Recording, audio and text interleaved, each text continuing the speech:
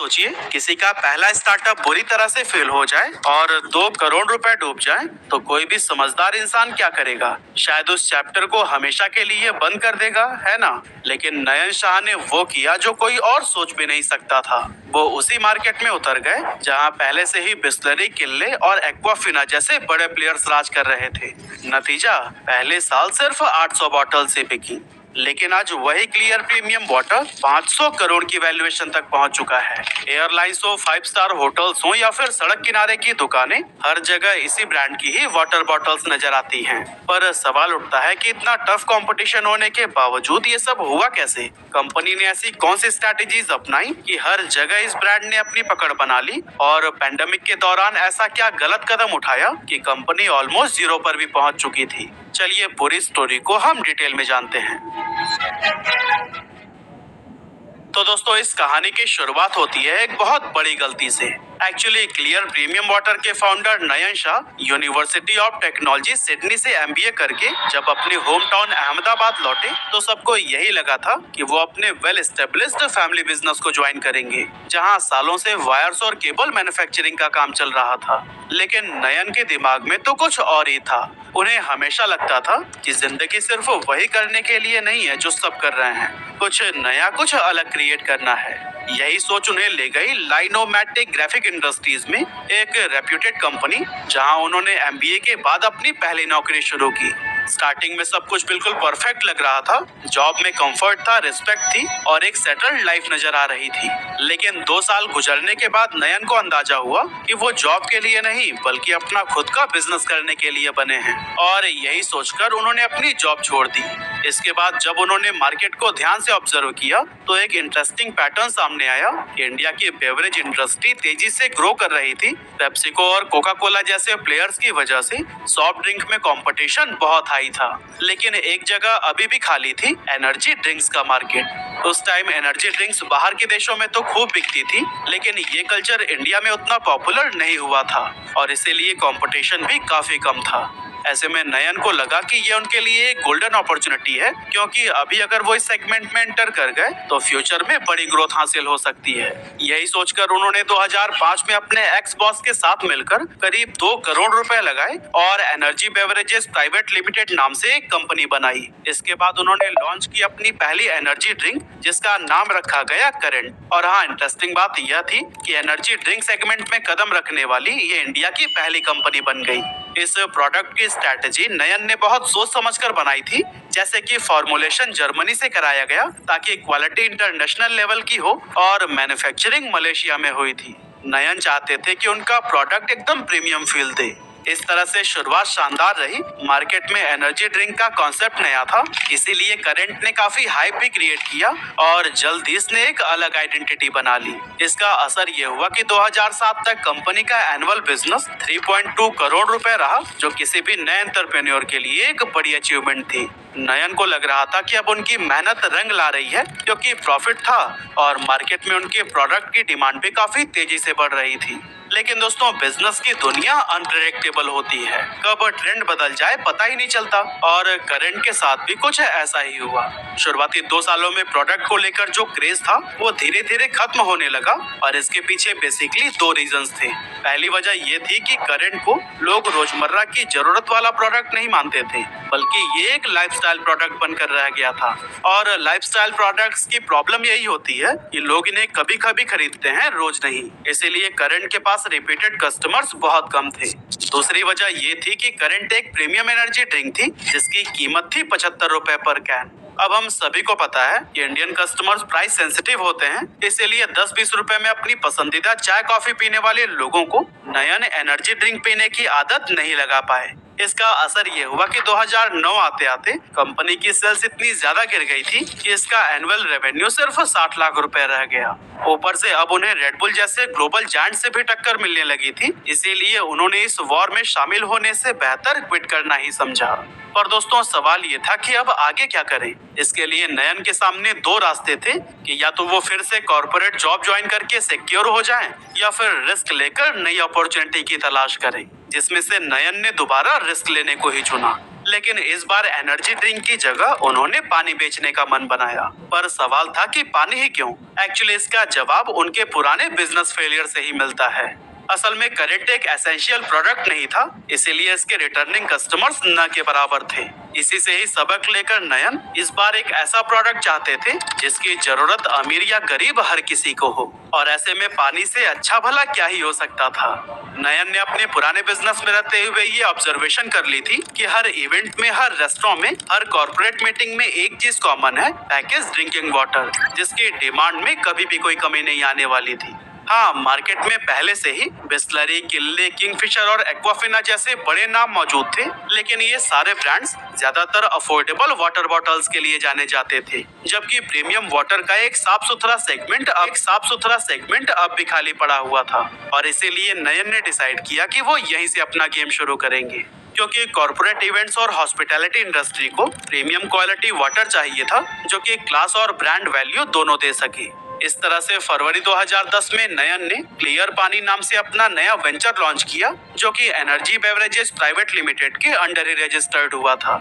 नयन ने इस बार सोचा कि शुरुआत में ज्यादा रिस्क ना लिया जाए, इसीलिए उन्होंने खुद मैन्युफैक्चरिंग प्लांट लगाने की बजाय काम को आउटसोर्सिंग मॉडल पर शुरू किया। शुरुआती दौर में मुंबई, पुणे और जयपुर में मौजूद मैन्युफैक्चरिंग यूनिट्स के साथ में टाई अप किया गया, जहां उन यूनिट्स का काम था पानी को फिल्टर करना, प्योरीफाई करना और क्लियर पानी के ब्रांड नेम से बॉटल में पैक कर देना। लेकिन दोस्तों, शुरुआत इतनी आसान नहीं थी, क्योंकि मार्केट में पहले से ही बड़े बड़े प्लेयर्स मौजूद थे। इसीलिए नयन ने सोचा कि आखिर ऐसा क्या करें कि इस भीड़ में शामिल होने की जगह उनकी एक अलग आइडेंटिटी बन जाए। जब उन्होंने ध्यान दिया तो पाया कि ज्यादातर कॉम्पिटिटर्स की बॉटल सिलेंड्रिकल थी, जिस पर प्लास्टिक स्लिप्स लगा होता था। ऐसे में नयन ने सोचा कि क्यों ना एक ऐसी पैकेजिंग बनाई जाए जो टेबल पर रखो तो अलग दिखे, हाथ में पकड़ो तो प्रीमियम लगे, और इससे ब्रांड रिकॉल ऑटोमेटिक बन जाए, क्योंकि कई बार बिजनेस में प्रोडक्ट उतना नहीं बिकता जितनी पैकेजिंग बिकती है। इस तरह से काफी सोचने समझने के बाद उन्होंने अपने प्रोडक्ट के लिए स्क्वायर से बॉटल डिजाइन किया, जिस पर राउंड नहीं बल्कि बोल्ड वर्टिकल लेबल लगा हुआ था। अब सवाल ये था कि मार्केट में एंट्री कैसे की जाए, क्योंकि अगर क्लियर पानी सीधा रिटेल मार्केट में उतरता तो फिर भीड़ में खो जाने का रिस्क था। इस प्रॉब्लम से निपटने के लिए नयन ने एक स्मार्ट स्ट्रैटेजी बनाई कि वो टॉप टू बॉटम अप्रोच करेंगे, मतलब पहले प्रीमियम सेगमेंट को कैप्चर करेंगे और फिर धीरे धीरे मास मार्केट में पहुंचेंगे। इसके लिए सबसे पहले उन्होंने गुजरात के फेमस होटल चेन्स में से एक द ग्रैंड भगवती को टारगेट किया। बेसिकली ये होटल अपने लग्जरी और हाई क्लास क्लाइंट्स के लिए जाना जाता था। कंपनी ने द ग्रैंड भगवती को क्लियर पानी की 200 ml की अपनी यूनिक स्क्वायर बॉटल दिखाई, जो मार्केट में अवेलेबल बाकी बॉटल से बिल्कुल अलग थी। ये दिखने में स्लीक, स्टाइलिश और प्रीमियम थी, इसीलिए जल्दी होटल मैनेजमेंट इससे इम्प्रेस हो गया। असल में होटल वालों के लिए ये सिर्फ एक पानी नहीं बल्कि एक स्टाइल स्टेटमेंट था, जो उनकी टेबल सेटिंग को एनहांस करता था। और इसी यूनिकनेस के चलते ही तुरंत ये डील पक्की हो गई। हालांकि इसके बावजूद भी पहला साल कंपनी के लिए काफी मुश्किल रहा, क्योंकि 2010 में इसने सिर्फ 800 बॉटल्स ही बेची थी। लेकिन दोस्तों, आगे चलकर क्लियर पानी के अगले मूव ने ही कंपनी का पूरा गेम बदल कर रख दिया। असल में नयन ने सोचा कि अगर लग्जरी ब्रांड बनना है तो उन्हें सिर्फ होटल्स नहीं बल्कि एयरलाइंस में भी एंटर करना होगा। और यही सोचकर 2011 में उन्होंने जेट एयरवेज के साथ में डील सिक्योर कर ली, जो कि उस टाइम इंडिया की सबसे प्रीमियम और बिजी एयरलाइंस में से एक थी। सिर्फ इस एक डील का ही नतीजा ये हुआ कि कंपनी को अपना प्रोडक्शन बढ़ाकर 2 लाख बॉटल्स पर डे तक करना पड़ गया। जेट एयरवेज के बाद से क्लियर ने एयर इंडिया के साथ भी डील फाइनल की, और यहीं से उसका नाम लग्जरी हॉस्पिटैलिटी सेक्टर में गूंजने लगा। एयरलाइंस के बाद उन्होंने हॉलिडे इन और मैरियट जैसी बड़ी इंटरनेशनल होटल चेन्स के साथ में भी डील की, और देखते ही देखते क्लियर सिर्फ एक बॉटल्ड वाटर ब्रांड नहीं बल्कि एक लग्जरी लाइफस्टाइल का हिस्सा बन गया। डिमांड अब काफी तेजी से बढ़ रही थी, और नयन भी जानते थे कि स्केल करने के लिए खुद का इंफ्रास्ट्रक्चर होना बहुत जरूरी है। इसीलिए 2015 में उन्होंने अहमदाबाद में अपना पहला मैन्युफैक्चरिंग प्लांट सेटअप किया, और फिर 2018 में सूरत के अंदर दूसरा प्लांट भी तैयार हो गया। प्रोडक्शन कैपेसिटी का ग्राफ अब रॉकेट की तरह ऊपर जा रहा था, क्योंकि शुरुआत में जहां सिर्फ 2 लाख बॉटल्स पर डे बन रही थी, वही 2018 तक ये बढ़कर 7 लाख बॉटल्स पर डे तक पहुंच गई थी। ये ग्रोथ सिर्फ नंबर्स नहीं थी, ये प्रूफ था कि मार्केट ने क्लियर पानी को पूरी तरह से एक्सेप्ट कर लिया है, क्योंकि फाइनेंशियल ईयर 2019 में कंपनी ने 50 करोड़ रुपए का टर्नओवर हासिल किया था, जो अगले ही साल यानी फाइनेंशियल ईयर 2020 में बढ़कर 61 करोड़ रुपए तक पहुंच गया। अब दोस्तों, अभी तक तो सब कुछ बहुत अच्छा चल रहा था, एक्सपेंशन हो रहा था, ग्रोथ के ग्राफ्स भी ऊपर जा रहे थे और ऐसा लग रहा था कि अब इस कंपनी को कोई नहीं रोक सकता। लेकिन फिर आया वो दौर जिसने न सिर्फ क्लियर पानी को बल्कि पूरी दुनिया को हिला दिया। जी हाँ, हम बात कर रहे हैं कोविड-19 पैंडेमिक की। इस ग्लोबल क्राइसिस ने क्लियर के बिजनेस मॉडल को पूरी तरह से बदल कर रख दिया। क्लियर पानी का लगभग 90% रेवेन्यू होरेका सेगमेंट से आता था, यानी होटल्स, रेस्टोरेंट और कैटरिंग से। लेकिन जैसे ही लॉकडाउन लगा, होटल्स बंद हो गए, रेस्टोरेंट के शटर्स पर ताले लग गए और कैटरिंग सर्विस भी पूरी तरह से ठप हो गई। नतीजा, क्लियर पानी का बिजनेस लिटरली जीरो पर आ गया था और फाइनेंशियल ईयर 2021 आते आते कंपनी की हालत इतनी ज्यादा खराब हो गई थी कि इसका टर्नओवर गिरकर सिर्फ 43 करोड़ रुपए आ चुका था। साथ ही पहली बार कंपनी को 3.5 करोड़ रुपए का लॉस भी झेलना पड़ा। और दोस्तों, ये सिर्फ एक फाइनेंशियल लॉस नहीं था, बल्कि नयन के लिए एक बहुत बड़ा मेंटल प्रेशर भी था। हाल ये हो गया था कि कई महीनों तक वो बिल्कुल शॉक में थे, समझ ही नहीं आ रहा था कि आगे किया क्या जाए। लेकिन इसके बावजूद नयन ने खुद को संभाला और इंडस्ट्री के लोगों से बातचीत करनी शुरू की। खास करके उन्होंने कॉम्पिटिटर्स के एग्जीक्यूटिव्स के साथ में मीटिंग की, ताकि ये पता चल सके कि दूसरे ब्रांड्स का क्या हाल है। और फिर दोस्तों, इसी दौरान एक रियलिटी निकल कर सामने आई, जो कि नयन के लिए काफी शॉकिंग थी। असल में वो सिर्फ नयन ही थे जिनका ब्रांड ऑलमोस्ट पूरी तरह से बंद हो गया था, जबकि उनके बाकी कॉम्पिटिटर्स के बिजनेस पर सिर्फ 20 to 25% तक का इम्पैक्ट पड़ा। इस डेटा ने नयन को उनकी सबसे बड़ी मिस्टेक को हाईलाइट कर दिया था कि उन्होंने अब तक रिटेल पर ध्यान नहीं दिया था। क्लियर पानी की पूरी डिपेंडेंसी सिर्फ होरेका सेगमेंट पर थी और यही डिपेंडेंसी पैंडेमिक के दौरान उनकी सबसे बड़ी कमजोरी साबित हुई। अब यहाँ से नयन के माइंड में एक नया प्लान तैयार होने लगा कि आखिर रिटेल में एंट्री कैसे ले, क्योंकि हर स्टेट में नया प्लांट लगाना न सिर्फ महंगा बल्कि टाइम कंज्यूमिंग भी था। इस प्रॉब्लम से निपटने के लिए उन्होंने एक स्मार्ट रास्ता खोज निकाला, जिसका नाम था को पैकेजिंग। यानी कि वो लोकल मैन्युफैक्चरर्स के साथ में टाई अप करके उनके प्लांट्स में क्लियर की बॉटलिंग करवाने लगे। इससे कंपनी को दो बड़े फायदे हुए। पहला ये कि ट्रांसपोर्टेशन कॉस्ट काफी कम हो गया और दूसरा, हर रीजन में फ्रेश वाटर की सप्लाई होने लगी। इस स्टेप के बाद नयन ने रिटेल मार्केट में एग्रेसिवली काम किया और सिर्फ पिछले 1.5 सालों में ही उन्होंने 11,160 रिटेल आउटलेट्स के साथ में पार्टनरशिप कर ली। यानी अब क्लियर की बॉटल्स छोटी दुकानों से लेकर बड़े स्टोर्स हर जगह मिलने लगी और इसी ने कंपनी की रिकवरी में बहुत बड़ा रोल निभाया। लेकिन दोस्तों, असली ट्रांसफॉर्मेशन 2023 में आया था, जब क्लियर ने एक गेम चेंजिंग डिसीजन लिया कि ऋतिक रोशन को ब्रांड एम्बेसडर बनाया जाए। ऋतिक की फिट, स्टाइलिश और क्लासी पर्सनालिटी ने क्लियर के ब्रांड वाइब को परफेक्टली कॉम्प्लीमेंट किया, जिस वजह से जो भी कैंपेन्स और एड्स लॉन्च हुए उसने क्लियर को एक नए लेवल पर पहुंचा दिया। लेकिन दोस्तों, क्लियर की एम्बिशन यहीं पर खत्म नहीं हुई, बल्कि इसी साल कंपनी ने स्ट्रॉन्ग स्टेप लेते हुए NU by क्लियर नाम से natural mineral water brand launch किया, जिसके पानी को डायरेक्टली हिमालय से सोर्स किया जाता है।